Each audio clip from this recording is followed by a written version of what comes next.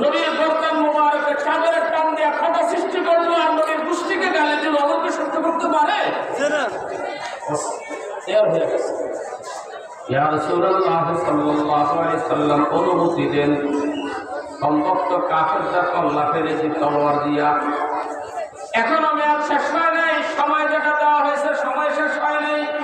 তার আগে সুয়াল করার জন্য আসলো, এরপরে দুর্ব্যবহার, হাতেও দুর্ব্যবহার, আমার মুখেও দুর্ব্যবহার। আমার নবী ওমরের বর্ষার সামনে দাঁড়ায় মুস্কি হাসি দিয়ে বলে, ওমর ইন্না লিসাহিবিল হাক্কি মাকালা, ওমর ইন্না লিসাহিবিল হাক্কি মাকালা। ওমরের যে পাওনাদার হয় সে কিছু সত্য কথা বলতে পারে, তার অধিকার আছে। পাওনাদারের বিরুদ্ধে কথা বলার কোনো অধিকার তোমার নাই। সাহারা যিনি তোমার জমিনের কাজ করেছিল সে বিকালবেলা টাকা খাওয়ার জন্য আসছে, তুমি টাকা দিতে পারো নাই, সে তোমাকে কটু কথা বলার অধিকার আছে বলতে পারে। অথচ আমাদের সমাজে যারা টাকা দেওয়ার হয় তারা কটু কথা বলে, পাওনাদাররা নরম থাকে। কথা ঘটনা ঠিক কিনা? ইসলামী আদর্শের পরিপন্থী। ইন্নাল সাহিবিল হাক্কি মাকালা, যে পাওনাদার সত্য কথা বলতে পারে, তুমি তার সাথে কেন দুর্ব্যবহার করলা? তুমি অন্যায় করেছো, জুলুম করেছো তার উপরে। এখানে আর একটা মাসালা প্রমাণিত হয়ে গেল, কারো থেকে যদি আপনি ঋণ নেন আর যদি ওয়াদা হয় ডিসেম্বর মাসের 15 তারিখে দিন, তার যদি বিশেষ প্রয়োজন হয় সে ডিসেম্বরের অপেক্ষা না করে নভেম্বরের 30 তারিখের প্রয়োজন হলে আপনার কাছে যা বলতে পারে, ভাইজান টাকাটা একটু মিল করে দিয়ে, আমি একটা সমস্যায় পড়ে গেছি, অধিকারটুকু তার আছে। কথা না ঠিক কিনা? হাদিস দ্বারা প্রমাণিত। এই জন্য কিতাবে লিখেছে, ফাতার কিতাবে, কর্জের উপরে যদি কোনো সময় নির্ধারণ করা হয় তাহলে এটা সময় নির্ধারিত হয় না, পাওনাদার ইচ্ছা করলে তার আগেও সুয়েল করতে পারে। তার মা অ্যাক্সিডেন্ট করছে, চিকিৎসার দরকার, নিজে বড় একটা সমস্যা পড়ে গেল, তার খরচে নেওয়ার দরকার হয় না একটা? আপনার কাছে টাকাটা ধার দিয়ে রেখে দিয়েছে, সে বিপদে পড়লো, বিপদের সময় নিজের টাকা কাজে লাগাইতে পারলো না, এর চেয়ে বড় কষ্টটা কি হইতে পারে? এই জন্য শরীয়ত বলে দিনের সময় নির্ধারণ করলেও সময় নির্ধারিত হয় না, পাওনাদার তার আগেও প্রয়োজন হলে সুয়াল করতে পারে। এরপরে কি অমর যাও বাইতুল মাল থেকে তার ঋণ পরিশোধ করে দেওয়া, যেহেতু তার প্রয়োজনকে দিয়ে দিল, এখন তার ঋণটা দিয়ে দাও, সাথে তাকে চোখ রাঙ্গায় সত্য কথা কেন বললা, এটা জরিমানা হিসাবে 5 ওয়াসাক খেজুর, যেটা বাংলাদেশের হিসাবে 26 মণ হয়, 26 মণ খেজুর তাকে বাড়তি দিয়ে দিবা। দুর্ব্যবহার কেন করবে? সব খেজুরগুলো আমাকে বুঝে নেওয়ার পরে ইহুদি আসে বলে, ইয়া রাসূলুল্লাহ সাল্লাল্লাহু আলাইহি সাল্লাম, তাওরাতে বিশ্বনবীর আখলাক চরিত্রের মহান চরিত্রের আলোচনা শুনেছিলাম, পড়েছিলাম, আমার ইচ্ছা হলো আপনাকে পরীক্ষা করে দেখবো তাওরাতের বর্ণিত মহান চরিত্রের অধিকারী যে লোকটা, সেই লোকটা আপনি কিনা এটা জানার জন্য আমি আপনার সঙ্গে একটু আগে দুর্ব্যবহার করেছিলাম।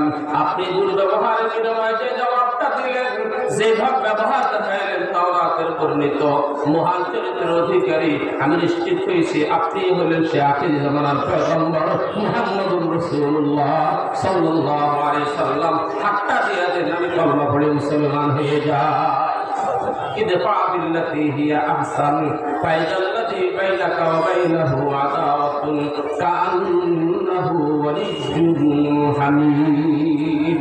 3 নম্বরে ব্যক্তি জীবনে উত্তম চরিত্রের অধিকারী হওয়া, মহান চরিত্রের অধিকারী হওয়া, এটা ইসলামের অবিচ্ছেদ্য একটা অঙ্গ, এটা একজন মুসলমানের ইসলামী পরিচয়। এটা একজন মুসলমান ইসলামী পরিচয়। হযরত আলী কাররামাল্লাহু ওয়াজহাহু একটা ইহুদিকে যুদ্ধের ময়দানে শোয়া ফেলছেন, গলায় ছুরি ধরছে, তলোয়ার দিয়ে কন্যা কাটি ফেলবে। ইহুদিটা এই সময় হযরত আলীর মুখের উপরে থুতু মারে দিল। থুতু কিল্লা মরটা কে না করতা, আর কিছু তো করতে পারি না, দেশি কথা বলে বুঝল। সাথে সাথে হযরত আলী তাকে ছেড়ে দিলেন। ইহুদি আশ্চর্য হয়ে গেল, এরকম একটা আশা নিয়ে এটা শুধু হয়ে গেছে, হয়নি, এই পর্যন্ত তোমাকে আমি কাজ করে শোয়াইছি আল্লাহকে রাজি করার জন্য। তোমাকে হত্যা করার ইচ্ছা করেছি, তুমি আল্লাহর দুশমন ছিলে, এই জন্য তোমাকে হত্যা করে আল্লাহর দুশমন থেকে দুনিয়াকে পবিত্র করার ইচ্ছা ছিল। যখন তুমি আমার চেহারায় থুতু মেরে দিলে আমার অন্তরে তোমার প্রতি কারণ খুব সৃষ্টি হলো। এখন যদি তোমাকে হত্যা করি তা আল্লাহর জন্য হবে না, আমার ক্ষোভের বহিঃপ্রকাশের জন্য হবে। ইবাদতের ভিতরে ব্যক্তি কোনো সাক্ষ্য সংশ্লিষ্টতা আমি সহ্য করতে পারি না, এই জন্য তোমাকে ছেড়ে দিচ্ছি। এই আখলাক দেখে ইহুদি বলে, মুসলমান যদি এত সুন্দর আখলাকের অধিকারী হয় তাহলে আর ইহুদি কেন থাকতাম, তাহলে আমাকে মুসলমান বানাইয়া দাও। আখলাক, আখলাক, আখলাক, এটা ইসলাম। রাসূল আকরাম সাল্লাল্লাহু আলাইহি ওয়াসাল্লাম চারটা কাজ যদি কেউ করতে পারে, চারটা কাজ যদি কেউ করতে পারে, আল্লাহর হাবিব বলেন নিরাপদে নিরাপদে কোন রকমের সংকট ছাড়া সরাসরি জান্নাতে প্রবেশ করতে পারবে। কয় টাকা আমল করতে চাইবেন করবেন বলে কমু নয় দরকার টাকা। কয় টাকা, কয় টাকা? রাসূলুল্লাহ সাল্লাল্লাহু আলাইহি ওয়াসাল্লাম আফশুস সালাম ওয়া আতিমুত তাওয়াম ওয়া আলিমুল কালাম ওয়া সাল্লু বিল্লাইলি ওয়ান নাসু নিয়াম তাদখুলুল জান্নাতা বিসালাম। কয় টাকা, কয় টাকা? এক নম্বর, ব্যাপকভাবে সালামের প্রসার করো, ব্যাপকভাবে সালামের প্রসার করো। এক। দুই নম্বর, গরিব মিসকিন অসহায় ল্যাংড়া লুলা এদেরকে খানা খাওয়াও। মাদ্রাসায় যদি এতিম মিসকিন থাকে লিল্লাহ বোর্ডিংয়ে, সেখানে খানার টাকা দাও। আপনি খানা রান্না করে খাবার টাকা দিয়া দাও, দুটোটা।